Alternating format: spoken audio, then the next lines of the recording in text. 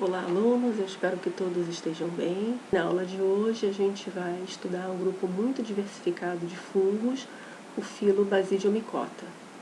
Esse filo engloba mais de 30 mil espécies descritas, o que representa 37% de todos os fungos verdadeiros conhecidos. Nesse grupo estão os cogumelos, desde os comestíveis até os tóxicos, as orelhas de pau, os fungos gelatinosos, que são chamados dessa maneira devido à consistência do corpo de frutificação, uma antiga classe chamada Gasteromycetes, que hoje não é mais uma categoria taxonômica formal, mas que agrupava fungos que apresentam corpos de frutificação fechados, como a gente vê aqui nessa ilustração. Algumas leveduras são também descritas para esse grupo, além das ferrugens e dos carvões, que recebem esse nome devido à coloração característica dos seus esporos. Esses dois grupos são fitopatógenos importantes que atacam plantas de importância econômica, plantas cultivadas. Dentro desse grupo existem representantes sapróbios, simbiontes e parasitas.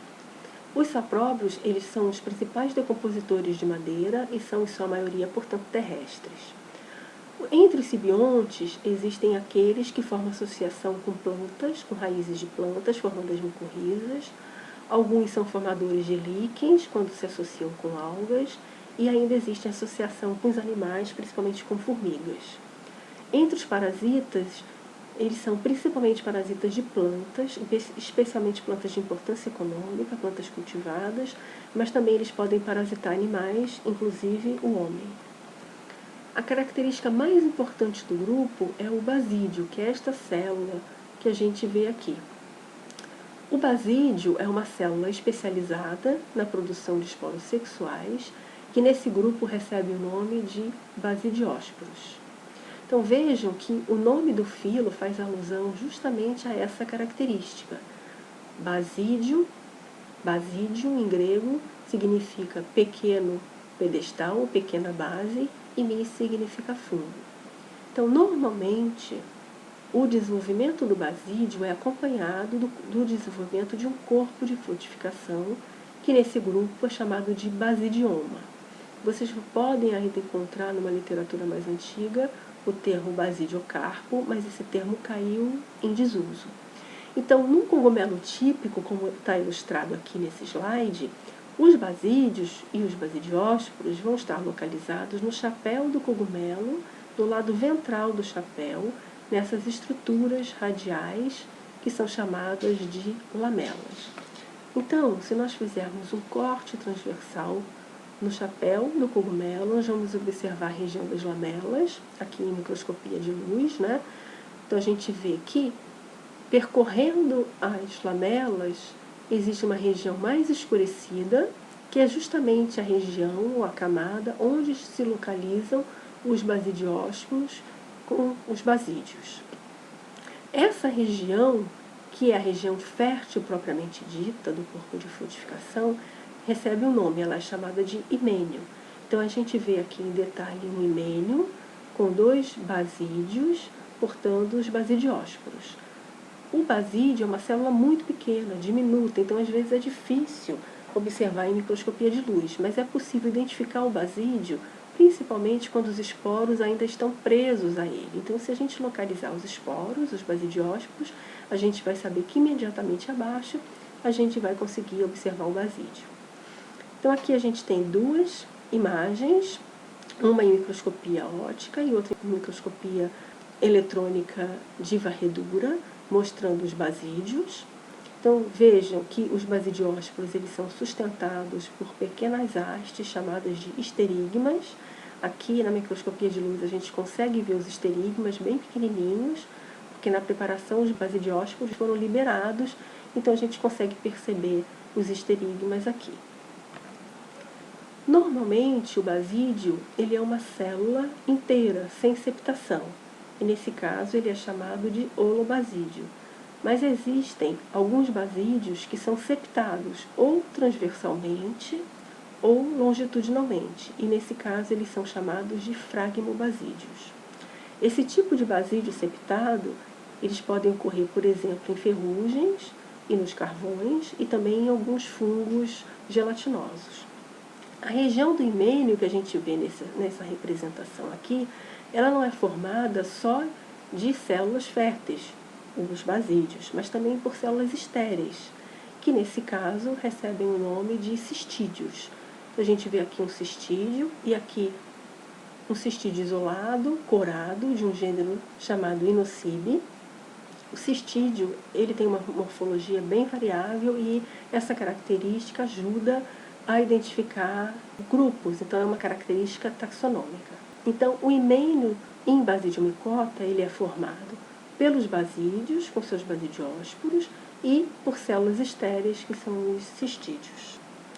Então, se a gente comparar Basidiomycota e Ascomycota, nós vamos ver que, em primeiro lugar, tanto os basidiósporos quanto os ascósporos, eles são produtos da cariogamia e da meiose, portanto, eles têm origem sexuada e os dois são chamados de meiósporos. Entretanto, os basidiósporos, eles são externos, né? Eles são livres, não existe nenhuma membrana recobrindo esses basidiósporos. Então, eles são chamados de exósporos e, normalmente, eles são produzidos em número de 4. Já os ascósporos, eles são desenvolvidos no interior do asco, portanto, eles são esporos chamados endósporos e, normalmente, em número de 8, porque ocorre mitose após a meiose. Se nós retomarmos aqui uma árvore bastante simplificada dos principais grupos de fungos verdadeiros, nós vamos ver que Basidiomycota e Ascomycota são grupos irmãos e eles compartilham a presença de hifas septadas, formando dicários. Então vejam que essa característica, as hifas dicarióticas, que é compartilhada entre os dois filos, Basidiomycota e Ascomycota, levou à proposição de um sub-reino para esses dois grupos, chamado de dicário. Então, com relação à estrutura do talo, na grande maioria, os representantes são multicelulares filamentosos. Existem poucos representantes unicelulares, né, que são leveduras, em torno de 20 gêneros apenas. Então, a fase dicariótica corresponde à maior fase do ciclo de vida, na qual os núcleos compatíveis não se fusionam, tá? Só vão se fusionar muito depois do ciclo de vida. Bom, então os representantes desse grupo, eles possuem hifas septadas, formando um micélio celular, mas há uma particularidade em relação ao septo nesse grupo. Então vocês podem ver aqui a região do septo, nessas duas imagens. Vejam que o septo, ele não é completo, existe um poro central, que a gente vê aqui também em maior detalhe. E na extremidade do septo, dos dois lados, ocorre uma dilatação da parede celular, formando uma estrutura em forma de barril. Daí vem o nome do septo característico desse grupo, doliporo. Doli significa barril. Então, septo em forma de barril. Além do septo doliporo, existem membranas que recobrem esse septo dos dois lados de retículo endoplasmático, que recebe o nome de parentossomo, porque em microscopia são percebidos como um parêntese. O parentossomo, ele impede então a passagem de núcleos de uma célula a outra, ajudando a manter a condição dicariótica dessas hifas. A reprodução é muito diversificada, envolve diferentes tipos de esporo e às vezes os ciclos de vida são muito complexos. E nesse grupo não existem representantes que tenham elementos de reprodução, seja esporo ou gametas flagelados. A reprodução assexuada pode se dar pela produção de diferentes tipos de esporos e também por fragmentação do talo, ou seja, um fragmento, ele se desprende do talo e ele pode gerar um novo micélio. A reprodução assexuada ocorre principalmente por somatogamia, que é mais comum, e também por espermatização. Então, durante o ciclo de vida de Basidiomycota, existem duas fases no micélio. A fase monocariótica, na qual as hifas são uninucleadas e é uma fase muito curta do ciclo de vida, e a fase dicariótica, N mais N, que é a fase dominante do ciclo de vida. Então, em função da ploidia dessas hifas, os micélios recebem também nomes diferentes. Então, o micélio monocariótico é chamado de micélio primário, o dicariótico de micélio secundário e o basidioma corresponde ao micélio terciário. Então, a gente vai entender como ocorre a formação de cada um desses tipos de micélio no ciclo de vida. Então, o micélio primário monocariótico, ele é formado a partir da germinação do basidiósporo. Então, a gente tem aqui uma representação esquemática mostrando o desenvolvimento do basídio e dos basidiósporos. Os basidiósporos, né, são produzidos por meiose, são haploides. Então, aqui eles são liberados. Então, a gente tem basidiósporo mais e basidiósporo menos, que vão germinar e vão formar hifas monocarióticas mais e hifas monocarióticas menos. Então, essa é a fase monocariótica do ciclo de vida, o micélio primário, que é a fase bem curta, como eu falei. Então, essas hifas monocarióticas compatíveis, portando núcleos geneticamente distintos da mesma espécie, elas vão se emparelhar, vão se fusionar e vão trocar núcleos, iniciando então aqui a formação de um micélio dicariótico. Esse processo aqui é chamado então de somatogamia ou de cariotização. E na verdade, aqui nessa fase ocorre plasmogamia, ou seja, a fusão dos citoplasmas sem que ocorra a fusão dos núcleos. Portanto, a gente está falando aqui do início da reprodução sexuada nesse grupo. Então, esse micélio dicariótico, como eu falei, ele é a fase dominante do ciclo de vida, então ele pode crescer indefinidamente por muito tempo antes de ocorrer a cariogamia. Então, nós vamos ver como ocorre o crescimento desse micélio dicariótico. Então, a gente tem aqui uma representação de uma hifa, né, de uma célula apical da hifa dicariótica. Então, esse micélio vai crescer, vai ocorrer divisão das células e divisão dos núcleos de forma simultânea. Então, a gente vê aqui a célula se alonga, os núcleos se dividem simultaneamente.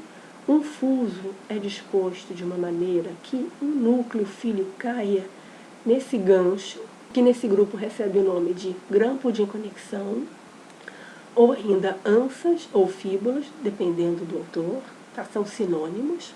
Então, esses grampos de conexão, eles são formados durante a divisão nuclear e o núcleo filho se dispõe no gancho, no grampo, né, de conexão e vai migrar para a célula filha. E vai se formar, então, um septo, individualizando duas células filhas recém-formadas. Esse grampo de conexão, ele é persistente em basidiomicota. Então, se vocês observarem uma hifa em que haja esse grampo de conexão persistente, vocês sabem já que é um representante de basidiomicota, tá? Porque isso só ocorre nesse filo. Então, eu vou mostrar aqui uma animação que eu espero que ajude a entender como o micélio consegue crescer a partir da divisão simultânea dos núcleos. Então, a gente vê aqui a hifa se alongando, os núcleos se dividindo sincronicamente, um núcleo filho migra para a célula filha e se forma um septo. Mais uma vez, a célula se alonga, os núcleos se dividem, o núcleo filho migra pelo grampo de conexão e se forma um septo. E com isso o micélio pode crescer indefinidamente. Em determinada fase do ciclo, vai se formar o corpo de frutificação ou basidioma, né? Então, o basidioma corresponde ao micélio terciário propriamente dito. Então, nessa fase do ciclo, aquelas hifas dicarióticas, elas vão se reorganizar, vão se diferenciar em células especializadas, os basídios, para a produção dos esporos, que são produzidos, na verdade, aos bilhões. Então, vamos tentar juntar todas essas partes no ciclo de vida para a gente entender como ocorre o ciclo de vida de um cogumelo típico desse grupo. Então, começando pelos basidiósporos, a gente está vendo aqui os basidiósporos mais e menos, haploides, sendo liberados, germinando, formando hifas monocarióticas e, portanto, o micélio primário. Essas hifas compatíveis, elas vão se emparelhar, vão se fusionar e vão trocar os núcleos. Quando elas se fusionam, ocorre plasmogamia, ou seja, a fusão do citoplasma. Tá? Então, esse processo aqui é chamado de somatogamia, né? Hifas indiferenciadas se emparelhando e trocando núcleos. Então, a partir daqui, vai se desenvolver um micélio secundário, N mais N, pelo processo que eu acabei de mostrar.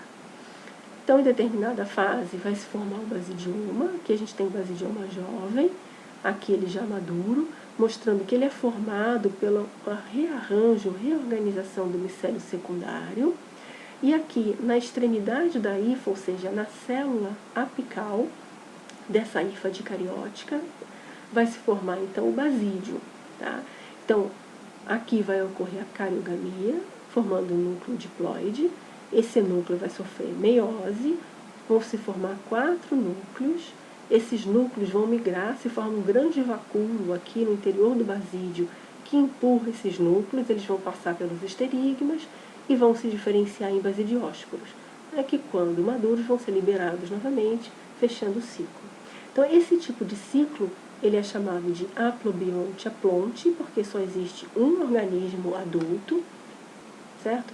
A única fase diploide do ciclo de vida é aqui, onde ocorre a cariogamia, no início da formação do basídio.